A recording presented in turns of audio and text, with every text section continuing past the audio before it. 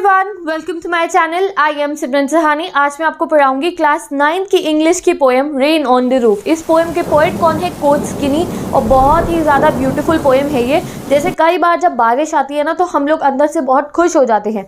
बारिश आती है, कभी आपने भी बारिश की आवाज़ सुनी है? जब बारिश आती है तो फ्लोर पर, टाइल्स पर, और जो हमारी घर की छत होती है, जैसे रेन ऑन द रूफ लिखा है ना, रूफ के ऊपर पटर पटर पटर पटर आवाज़ आती है बारिश की, और वो बहुत ही अच्छी ब्लिसफुल लिखा है बुक के अंदर और बहुत पीसफुल लगती है हम सबको सुनने में। बताओ मुझे कमेंट सेक्शन के अंदर किस किस को बारिश की आवाज़ बहुत अच्छी लगती है सुनने में। ठीक है, तो यही एक ऐसा इंसिडेंट है कोच स्किनी जी ने अपना शेयर करा है लाइफ का थ्रू दिस पोएम, दैट उन्हें भी जो था अपनी ये रेन की जो उनकी आवाज़ आती थी उनके रूफ में, उसे सुनना बहुत अच्छा लगता था।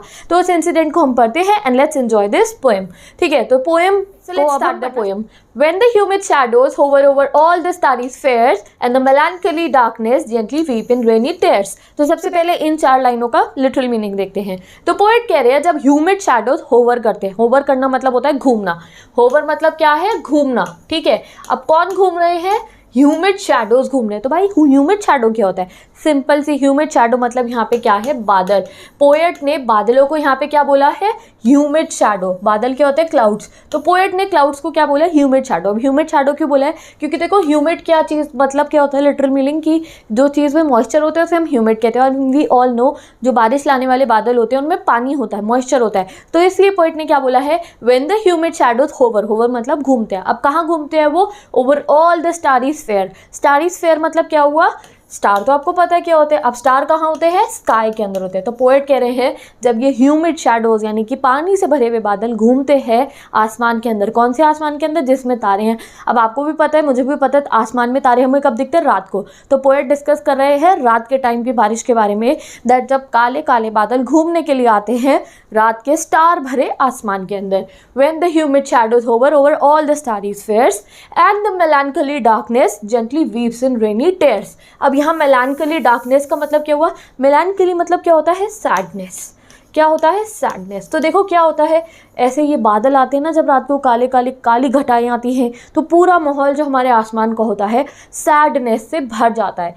क्या? मेलानकली डार्कनेस, काली सी सैडनेस से भर जाता है। And then suddenly it gently weaves in rainy tears. और फिर क्या होता है? काली घटाएं आती है और धीरे धीरे वो बादल को, ये हमारे पोएट क्या कह रहे हैं, वो जेंटली टीयर्स में रोना शुरू कर देते हैं। और जेंटली टीयर्स क्या है? वो हमारे रेन।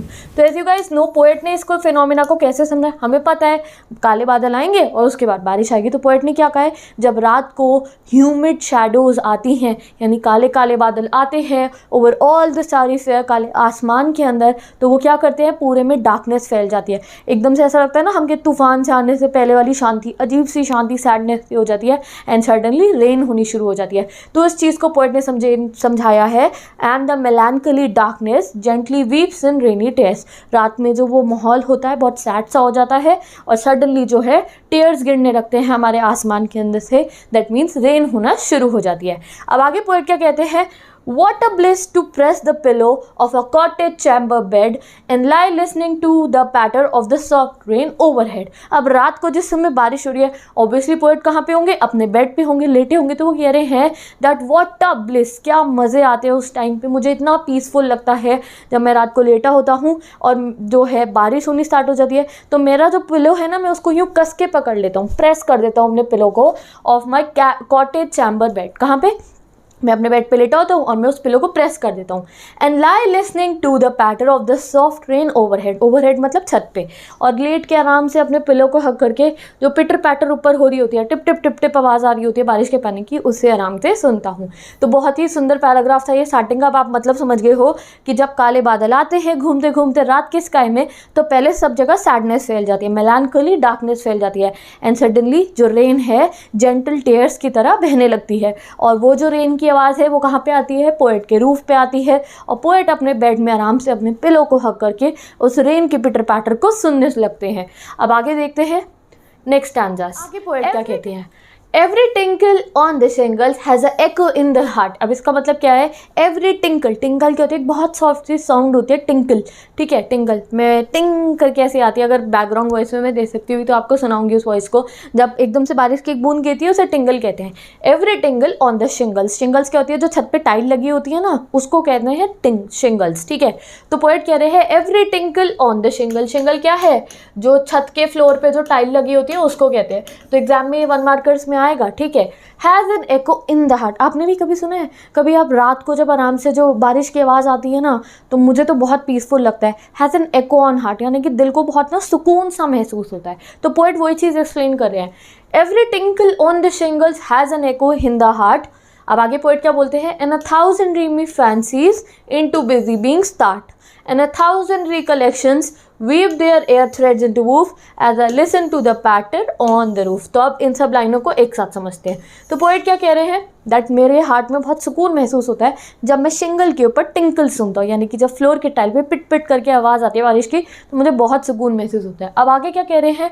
मैं उस आवाज़ को सुनते सुनते क्या करता हूँ? And 1,000 dreamy fancies into busy being start. तो भाई हम ना ह्यूमन बीइंग इमेजिनेशन का भंडार होते हैं, तो जब भी हम सुकून में होते हैं तो हम इमेजिनेशन करना स्टार्ट कर देते हैं। वैसे ही पोएट बता रहे हैं कि जब मैं ऐसे अपने पिलो को पकड़ के लेटे हुए हैं, अपना पिलो पकड़ के, तो उनके दिल को सुकून लग रहा है, बारिश की आवाज़ आ रही है, तो वो क्या कह रहे हैं?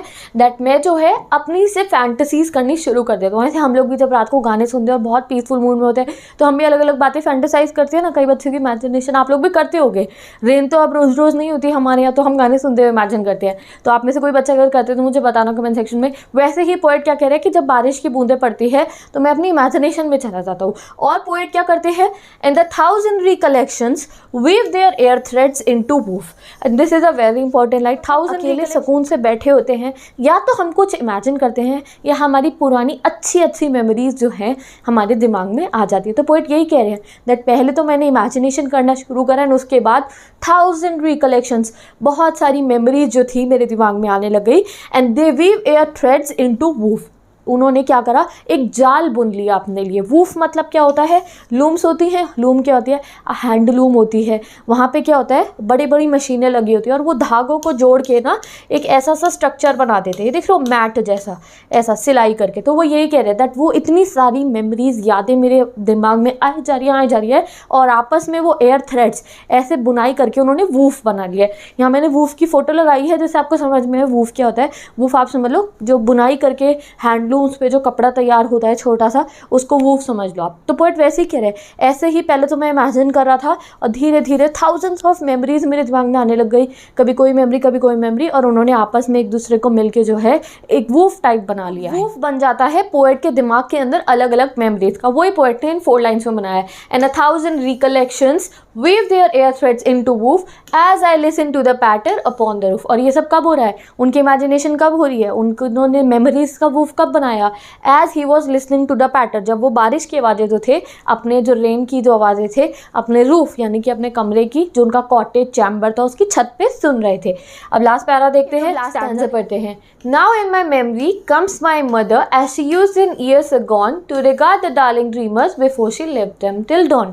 तो अब पोएट के दिमाग में कौन आती है? मेमोरीज में कौन आती है? उनकी मदर। जैसे पोएट ने हमें बताया ना कि वो पिटर पैटर रेन की सुनते हुए मेरे दिमाग में मेमोरीज ने एक वूफ बना लिया है। तो उनके अब यादें शुरू हो गई हैं और उनके याद में कौन आती है? उनकी मदर आती है। As she used in years agone, जैसे वो पहले समय में हुआ करती थी। अगॉन मतलब क्या होता है? पुराना समय।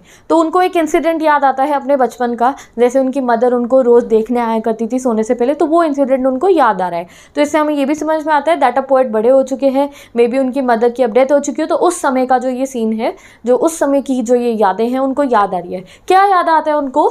To regard the darling dreamers before she leave them till dawn. तो रिगार्ड मतलब क्या होता है? देखना। तो उनको वो इंसिडेंट याद आ रहा है जब रात को सोने से पहले उनकी जो मदर थी उनको देखने आती थी। रिगार्ड मतलब क्या है? देखने आना, कंसिडर करने को रिगार्ड कहते हैं। To regard the darling dreamers, dreamers कौन हो गए? छोटे बच्चे सोते हुए। तो यहाँ पे ड्रीमर्स एस यूज़ करा है, तो आप ये समझो कि जो पोएट है वो अपने सिबलिंग्स को भी यहाँ रेफर कर रहे होंगे। उन्हें याद आ रहा है वो समय जब रात को सोने से पहले उनकी जो मदर थी उनको और उनके भाई बहनों को एक एक बार देखने आती थी। जैसे अगर रूम अलग होता है बच्चों का, तो अलग कमरे में मम्मी रात को सुला के जाती होंगी और फिर दूसरे अपने रूम में चली जाती होंगी। तो इसलिए वो उनको वो टाइम याद आ रहा है जब मेरी मम्मी मुझे और मेरे भाइयों को, भाई बहनों को, तो इसलिए यहाँ पे डार्लिंग ड्रीमर्स मतलब क्या हो गया, पोएट और पोएट के सिबलिंग्स, छोटे बच्चे। ड्रीमर्स क्यों लिखा है, रात को सोते समय की बात है, तो उन्हें वो समय याद आ रहा है जब उनकी मदर उन लोगों को देखने आती थी। To regard the darling dreamers before she left them till dawn.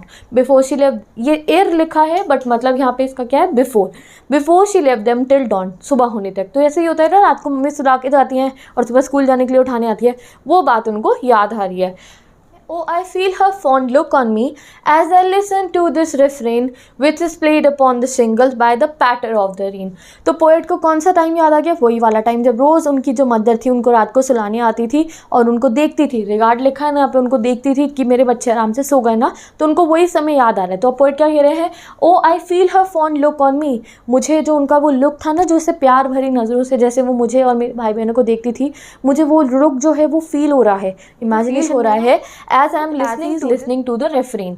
तो यहाँ लिस्ट लिखा है, लिस्ट मतलब यहाँ पे क्या है, लिसन, जैसे मैं सुन रहा हूँ रेफरेन को। अब ये रेफरेन क्या होता है, कोई भी रिपीटेटिव साउंड को रेफरेन कहते हैं। As I listen to this refrain which is played upon the shingles by the patter of the rain। और क्या कौन सी आवाज़ बार बार रिपीट हो रही है, रेफरेन हो रही है पिटर पैटर ऑफ द रेन, जो शिंगल्स पे हो रही है, उनके जो घर की टाइल है उसके ऊपर हो रही है। तो विद दिस आपकी पोएम कंप्लीट हो जाती है। तो लास्ट स्टैंजा को एक बार फिर से सम अप कर लेते हैं। Now in my memory comes my mother, अब मेरी मेमोरी में मेरी मदर आई है, as she use in years agone, जैसे वो पहले हुआ करती थी। To regard the darling dreamers before she leave them till dawn, और मेरे को वो दिन याद आ रहा है, वो समय याद आ रहा है जब मेरी मदर मुझे और मेरे छोटे छोटे भाई बहनों को, हम डार्लिंग ड्रीमर्स को जो था रिगार्ड करने, यानी कि रात को सोने से पहले देखने आती थी। O I feel her found look on me, मुझे उनका वही प्यार भरा लुक जो है ऐसा फील हो रहा है अपने ऊपर, as I am listening to this refrain, जैसे ही मैं इस रिपीटेटिव साउंड को सुन रहा हूँ। कौन सी रिपीटेटिव साउंड को, the sound which is played upon the shingles by the patter of the rain. तो ये जो पिटर पैटर ऑफ द रेन हो रही है, टिप टिप टिप टिप बारिश की जो आवाज़ आ रही है, बार बार रिपीट हो रही है रेफरेन की तरह, उस आवाज़ को सुनते सुनते मैं उस अपनी यादों में चला गया और मुझे ऐसा लग रहा है मेरी मम्मी अभी भी मुझे देख रही है। तो विद दिस ये ब्यूटीफुल पोएम कंप्लीट हो जाती है। Now I will be telling you, poetic full complete हो गई है। इस पोएम के जितने भी पोएटिक डिवाइसेस है वो मैंने डिस्क्रिप्शन बॉक्स के अंदर पेस्ट कर दिए हैं, वो आप एक जगह पे नोट डाउन कर लेना and do learn them. So with this I am ending this video. अगर ऐसे ही आपको बाकी सब्जेक्ट्स पढ़ने हैं क्लास 9 के, English, SST and science, you can go and check out my channel. Description box में प्लेलिस्ट गिवन है एंड मेरी इंस्टाग्राम ID का लिंक गिवन है, जहाँ पे आपको notes, summary, 1 marker question science, SST and English के मिलेंगे। So if you want you can go and check them, and poetic devices are given in the description box. So bye bye, take care, best of luck.